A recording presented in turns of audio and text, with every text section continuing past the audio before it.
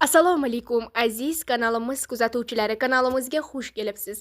Agar kanalda yangi bo'lsangiz obuna bo'lishni va videoga like bosishni unutmang. Rossiya Ukraina portiga zarba berdi. Qurbonlar bor.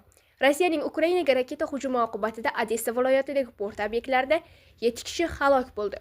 15 kishi jarohatlandi. Bu haqda Reuters xabar berdi. Qayd etilishicha, Rossiyaning ballistik raketalari Ukrainaning janubi-g'arbida joylashgan Odessa viloyatidagi port infratuzilmasiga zarba bergan. Bugun kechqurun dushanba yana Odessa viloyatidagi port infratuzilmasi obyektiga ballistik raketalar bilan ommaviy hujum uyushtirdi. Zarba oqibatida avtoturargohda turgan yuk mashinalari yonib ketdi, deydi viloyat hokimi Oleg Kiper. Kiperning aytishicha, 15 nafar jabrlanuvchi shifoxonaga yetkazilgan va ularga tibbiy yordam ko'rsatilmoqda. Dastlabki ma'lumotlarga ko'ra, halok bo'lganlar soni 7 nafar. U, shuningdek, hududda havo hujumidan ogohlantirish signallari davom etayotgani sababli favqulodda va tezkor xizmatlar ishida qiyinchiliklar yuzaga kelganini qo'shimcha qilgan. So'nggi haftalarda Odessa viloyatiga havo hujumlari kuchaygan.